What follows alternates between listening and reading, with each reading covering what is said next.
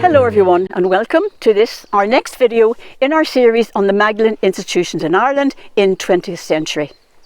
And today we're here at the Sean Ross Abbey Centre here. This was a Magdalene mother and baby home and a laundry from 1930 to 1969.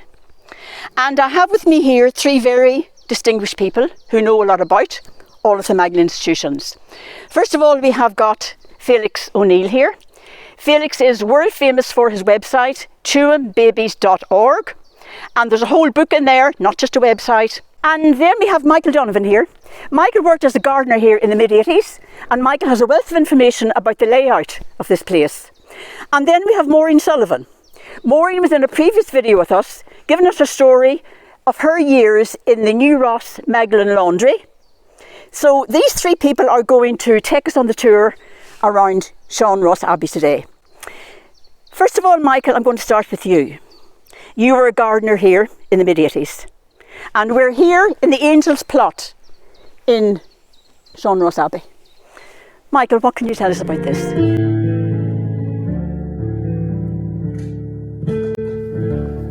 Hello everyone, Michael Donovan. I worked here in the mid-80s and done a bit of gardening here for 2.5, 3 years. One particular day we were sent down here to the Angel's Plot. I didn't know it was an Angel's Plot at the time, just a graveyard of some kind or another. But the tractor came in here, reversed in at the gate there, reversed up to this corner, dropped down the plough 10, 12 inches, went forward, and I noticed lots and lots of small bones scattered along the top of the clay. I did say it to the head gardener at the time, but things were kind of quiet at that stage, and I don't recall finishing the job in the Angel's Plot, and it's just a lot of unanswered stuff that I'm looking for and the committee. And while I'm talking about the committee, I'd like to thank Teresa Collins and Patrick McDermott for the great work that they're giving on the committee. The owner of Sean Ross itself, Tony Dolan. Without him, we'd be lost. So I'd like to take you around to where we got the scans done, if that's okay.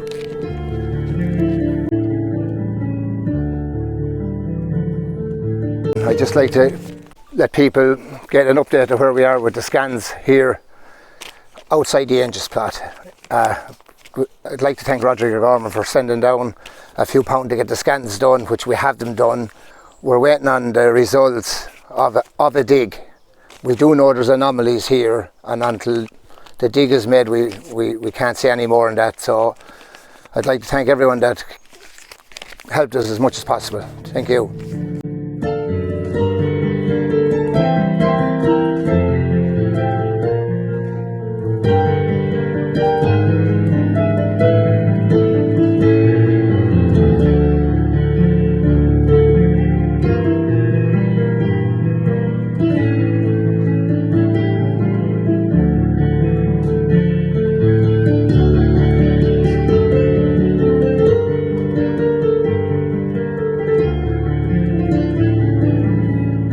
I'd just like to put something out there to the people, especially the people of Roscrea, to let them know exactly. I gave evidence to the Commission of Inquiry, Judge Yvonne Murphy, and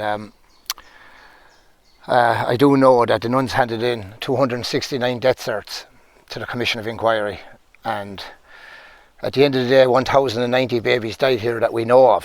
So you don't have to go to school for long that maths is not making sense. While I'm here, I'm very angry about a particular council map here showing that the old pipe system, storm pipe, is connected to the new system. We have lifted manholes, we've put a camera up, we've checked it out. There is no connection from the old to the new. So I'm asking the question, where did the old go and where was it always going? Thank you for that, Michael. It's all very emotional, isn't it? Yes. We're now going to move. Where are you taking us to next, Michael? We're going up to Michael Hess's grave, Philomena's son. Right. Michael left Sean Ross there in 52?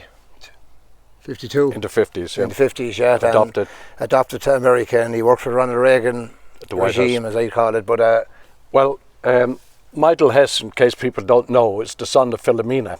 And if anyone's familiar with both the book and the excellent movie, which Judi Dench would be aware who Michael Hess is It was the constant lies of the nuns in the convent who knew that he was buried here and constantly lied to Philomena and wasted years of her life pretending they wouldn't know where the grave was here. And incidentally, according to both the book and the movie, Michael's family paid the nuns 20,000 so he could be buried here. The uniqueness about this little grave here, it's a wonderful grave. Sadly, it's overgrown, so it's not maintained. But there's a wonderful behind us, a wonderful 12th century church, beautifully built, early Celtic church, which was brilliant. But as I said, the importance is Michael, so I'm here to pay homage to Michael as a survivor who was adopted early in his life and was the son of Philomena, who later on then discovered his mother, but sadly the man had AIDS and died sadly of AIDS, and then his ill treatment at the hands of the nuns in later life, and denying that he was his mother was in Sean Ross Abbey, and then Philomena's journey with Martin Sixsmith, who wrote the book about Philomena. So it's very poignant, this, and I'm privileged to be here. I'm privileged to stand by the grave and pay homage to Michael, a prominent person in the White House, in the Reagan White House, and tragically lost his life relatively young. He was born in 1952 and died in 1995. Yeah. And tragic.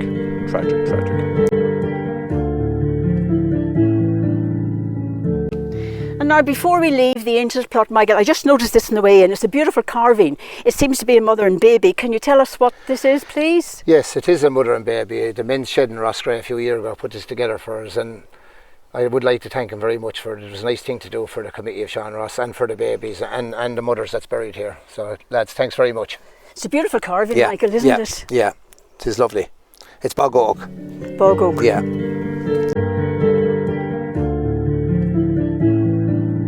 And we're here at the front gate of Roscrea, Sean Ross Abbey. And Maureen, we've just come out of the laundry up there, what's left of the old laundry. Now, I know the laundry we saw up there was much smaller than the one you were used to in New Ross. Yeah. How did you feel when you were up in that? Did memories come flooding back? Yes, it did. The one particular memory came back was the height of the window. I know there was lower windows than behind us, but the height of the windows in the laundry in New Ross, we could not see out. So we weren't allowed to have a radio. All we done was prayed all day, and we had a nun watching us 24/7. Up on a raised platform looking down. Oh yeah, on a raised platform looking down. And if we heard a bit of noise outside, well, that was something to us. Oh, I wonder what was that? Who's that? What's coming? Who's making that noise? It was a lovely thing to hear. That bit of noise meant the world to us. That's how isolated. The outside yeah, world. that's how isolated that we were. But we had the big, them sinks up there is more modern. We had big, huge sinks. I think they were called Belfast sinks. I hear people calling them now. But they were big, huge, white sinks, Delft sinks. Mm-hmm. And the poor women, and there used to be washboards in them, and they would be scrubbing and scrubbing and scrubbing all day from early morning till 5 o'clock in the evening. Then we went for what they call recreation time, was making the rosary beads and the iron sweaters. Now in there was a smaller scale. The electric wires, the way they were, came back to me as well, but they wouldn't be loose, to be down through a kind of an iron tube. The wires would come down through an iron tube, and they'd be a lot older. The plugs and that would be a lot older. The irons would be very old. Now there is some of them. They're going into the Shaw McDermott Street. They're going to do a museum there in Dublin. Lovely, yeah, in Dublin. So lovely. I'm delighted about that. That's grand. It's a wonderful thing that it'll never be forgotten. And they got the stuff out of another laundry that I think has been knocked or something. So they have stuff out of that. Okay. And I'm over the moon about that. Okay. And they have a big calendar and everything. Okay, the calendar, yeah. Yeah. Okay. Because that's what I worked on a lot, was the calendar. Okay. And Maureen, finally, when you were in the laundry there, it brought back a lot of memories to you. Yeah. That's harrowing memories.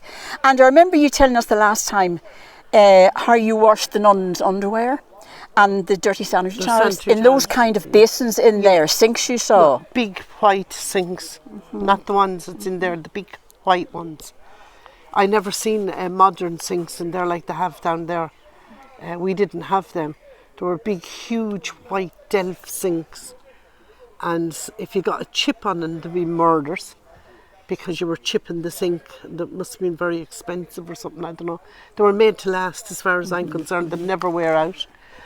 We were made... you had the two awful jobs. The underwear for the nuns and the sanitary towels and the pubic hairs in them and then the handkerchiefs, Maureen. Yeah. And you objected and you threw a fit. Yeah, that was in but the tie. It didn't help. The bucket was there for you every time you came back. Yeah. Very cruel. It was very, especially to a young child that had committed no crime, and the person that committed the crime was looked after very well and left in the place where he committed the crime. That was in the home. The first family was, or the family unit is what the church believed in. So I wasn't a part of the family unit. My father had died, so they could do what they liked to me. Nobody was accountable. There was no accountability. No accountability. You know. I mean, my mother was very Catholic. I think she was a very fearful woman. She went on to have 10 more children after us 3. She was full of fear, and this is how they done all this. This is how people were brainwashed, and fear was their big thing. That if they had fear in you, they were on a winner. And that's how they controlled you through fear, Maureen. That's how they controlled, That's how they controlled, was through fear. But the washing of the sanitary towels, that was one of the most horrible. She didn't even know what they were, Maureen. You were too young. I didn't have a clue what they were. I thought they were after killing some pigs or something, or that belonged to animals. I didn't know what they were. I never seen anything like that before. I thought they were after putting it around a pig or something, or a dog got hurt or something. How would I know at 12 years of age? You wouldn't know. And then the handkerchief was down in a tie. I'll never forget them. The nuns and the priests owned the check hank. They were all check handkerchiefs, and they were steeping in a bucket, and it was like putting your hand into a bucket of slime. It was just horrible, and my stomach kept heaving. I was like if I wanted to get sick. And the nun said to me, she says, "What's wrong with you?" And I said, "I can't do this." I said, "I'm sorry, I can't do it." I said, "My stomach, I'm getting sick." And she said, "Oh, you'll do it all right, you'll be fine, you'll do it." And I said, "But I'm getting sick." And I did get sick. My food would come up that I was after having for breakfast, which wouldn't be much, but it was starting to come up my stomach. That's how horrific it was. Maureen, thank you very much indeed for giving us your memories and for taking part in this video with us. Oh, thank you. As we say, it's your story, but it's our history and it's our present, and we've got to keep it right there, haven't we? Yeah. It's important that it's kept out there. It should never be lost. We can't let that happen. I know they want it lost, and a lot of people don't want it out there, but it has to be out there. It is our history. It did go on. It did happen. It's our present. Yeah. We're living it. And now, finally, to finish off this video, back to you again, Felix. Indeed. And we've just come out of the baby room up there. Of Sean Ross Abbey. Yes, Sean Ross Abbey. And there are no cots there now, but you can imagine when the lines of cots were there. And it was from that room that the babies were sold out to their adoptive parents. But Felix, you know that was not just the only way they made money out of babies. Well, you have to remember that the nuns stole some of the babies when they were born from their mothers. Yes. And then told the mothers that the child had died at birth. Yes. And the girl, after a couple of days, would be thrown back into Magdalene laundry to work morning till night, and the child was sold off. So the mother went back, learning from a nun that the child had died, when in reality the child was wrapped up, moved on to another institution, and then sold from there and sold into the American market. Would be given false documents, even false passports, which was provided by the Foreign Affairs Department. We know this. There's documentary evidence to support this. I'm not saying something that cannot be backed up. We know this went on, so there's plenty of evidence to support this.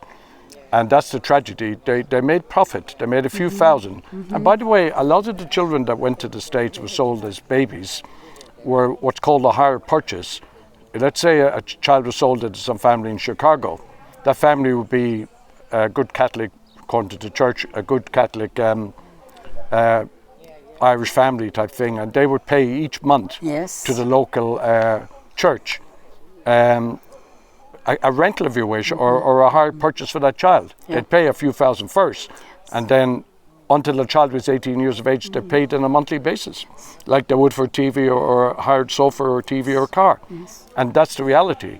But besides the selling of babies, which was profitable, the selling of the farm goods on the farm while the girls starved, they had a working farm here. A lot of the produce was sold to the local community. All the local community took advantage of the convent by having all the laundry done here.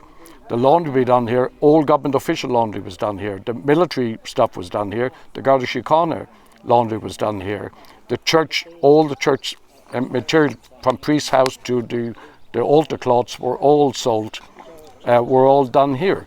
And so it was a profitable business. The girls were not paid. They were literally slaves. And they worked hard, they were beaten, they were branded, they were abused, sexually abused, many of them.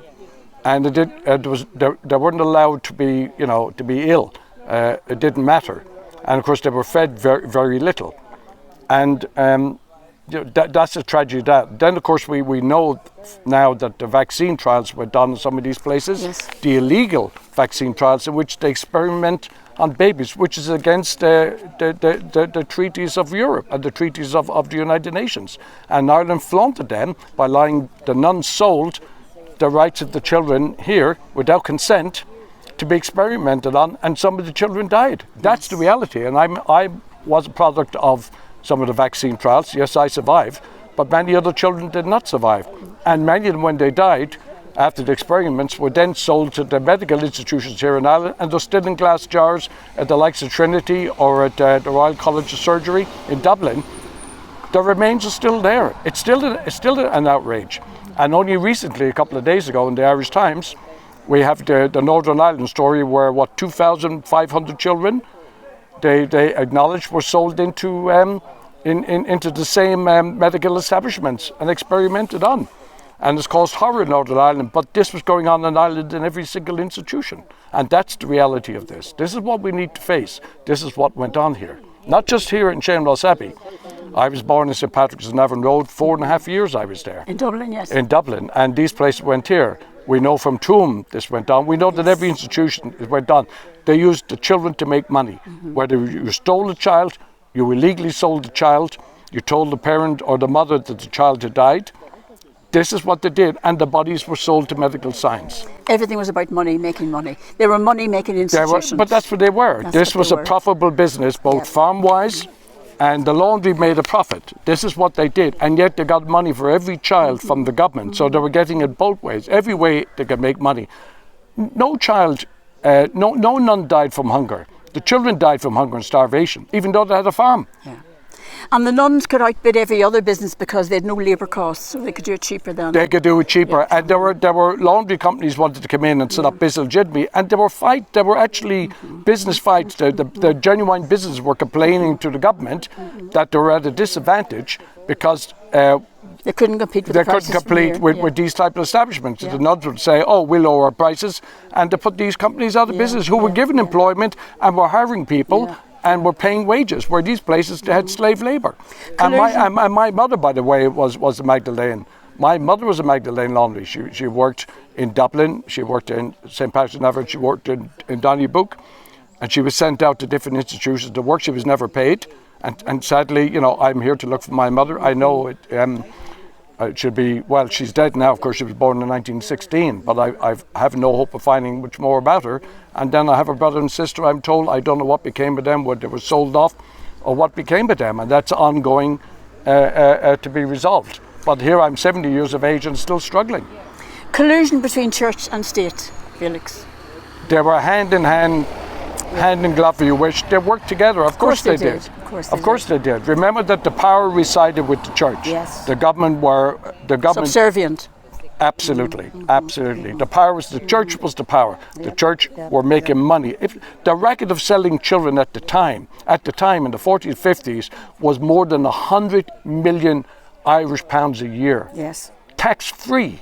Tax-free. They were a charitable institution, they had no tax. Yeah. That's correct. And they could sell. They were sending nuns over with little babies to Aer Lingus from Shannon, Yeah. where they were met then by the same order of nuns on the other side, Chicago, Boston. This is all documented. I'm not saying anything cannot be verifiable. This is all documented.